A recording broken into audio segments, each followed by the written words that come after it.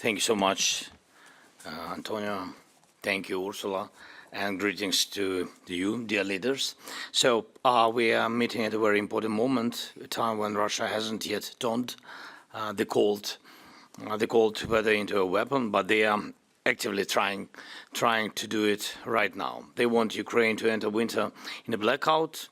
Most of the Russians' missile and drone strikes are aimed at destroying normal life in our cities and communities, to force people to flee or to leave them completely without electricity. Just some examples.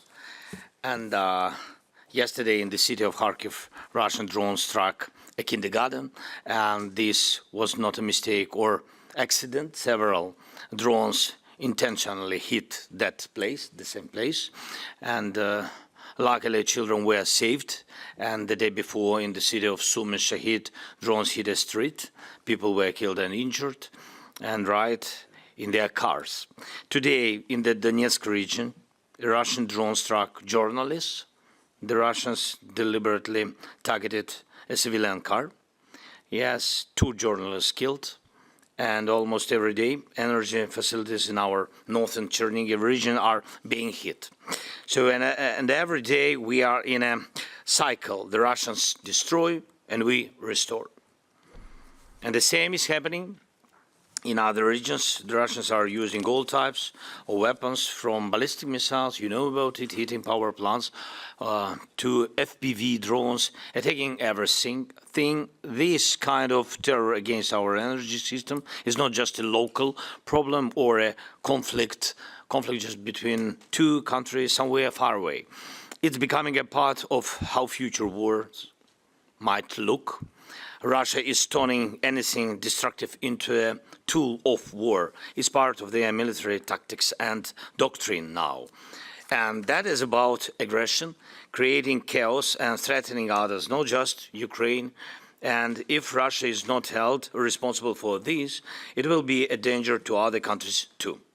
So we should see our actions now not only as defense, and even though that's the main goal, we also need to build our policies in a way that stops Russia's destructive tactics from spreading or happening again in Europe or anywhere else. So when we talk about long-range weapons, for example, for Ukraine, we mean that the Putin regime should feel real consequences from this war. And I urge you to support everything that helps Ukraine get such capabilities, because it really makes a difference for Russia.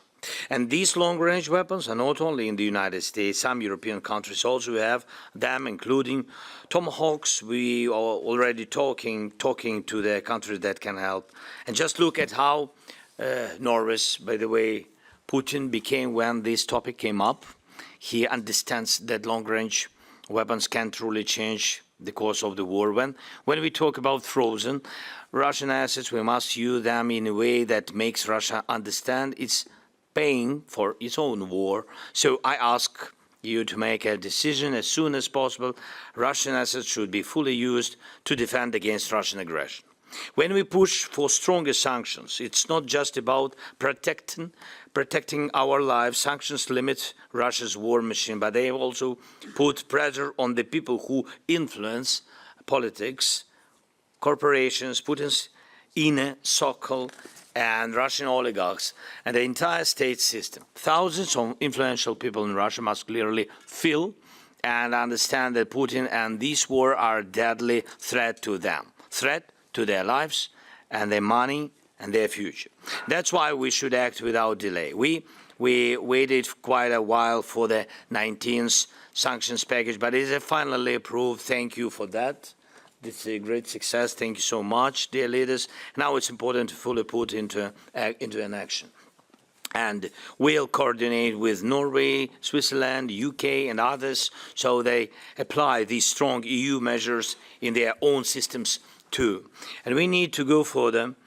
The world should respect EU sanctions the same way it respects US sanctions. This is important work, so let's get it done. Create strong sanctions control and real consequences for those who break the rules. It's very important that yesterday the United States introduced new sanctions against Russia targeting oil companies, and we have been talking about this for a long time, and it will help, of course. And I want to thank President Trump for this decision. When Putin avoids diplomacy, when he bluffs or escalates terror, strong pressure must bring him back to reality. Then, second, frozen Russian assets. The proposed mechanism is fully legal and fair. It's a model based on the idea of future reparations, holding the aggressor responsible for the damage caused. And it's vital to understand that you are holding huge funds that it can support, really support Ukraine's resilience and also contribute to your own development. And we plan to use a significant part of these funds to buy European weapons. This is important for me. And this money can help both you and us. It can also be used right now to strengthen us, to strengthen Ukraine's air defense, air fleet, frontline positions. That means saving lives. So anyone who delays this decision is not only limiting our defense, but also slowing down your own progress. The time to act on Russian assets is now, and I urge for your full support. Third point, please be more active when it comes to air defense. I'm very thankful to everyone who has already supported us. There are many details in this issue. We have spoken with the US government and defense companies about Patriot systems. Even when we pay for the systems, even when we pay for such missiles, and there's still Europe pays, it's still a waiting list, and some countries are ahead of us. And some countries already have Patriot systems, but luckily they don't need to use them like we do. And we suggest changing the order.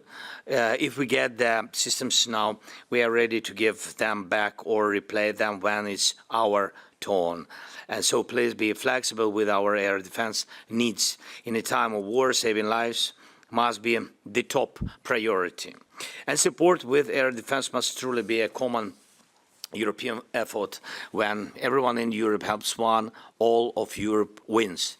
Fourth point, Pearl program. In October, it covered the urgent needs. Now we need focus on November, and not all promised contributions have actually arrived yet. But please, let's speed this up, and I also ask other countries, those not yet in the program, to join. And the Pearl doesn't just help Ukraine, it also helps keep the US interested in Europe. It shows America that Europe is doing its part, and that matters. The SAFE program can also be very effective, and nearly 20 countries, European countries, are already involved. But it will only work if it's clearly connected to this war, because this war is showing what really works and what doesn't, and we are talking to everyone to make sure SAFE includes a clear focus on Ukraine. And when we talk about this, we mean co-production, first of all, of course, and we are offering to produce together, and the SAFE program makes it possible to identify what really works and focus joint efforts on that. And the last but not least, for more than 6 months, progress on the clusters, and in Ukraine's EU accession talks has been blocked, and this is not, and it's not fair, and it's not good for all of us and for Europe and for Ukraine. And Ukraine has done everything needed to open the clusters on time.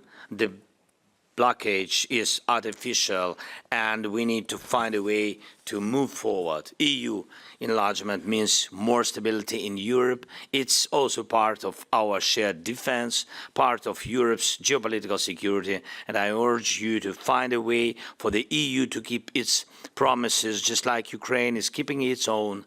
Thank you. And I thank again to all the leaders. I thank you, Antonio, and all of you, and Ursula, and for ensuring that the European Union will continue to stand with Ukraine, including financial support for our country in these years ahead. And it's very important that together we are looking for ways to guarantee resilience and protection for us, for Ukraine, and for everyone in Europe. Thank you. Thank you so much. Thank you, Volodymyr.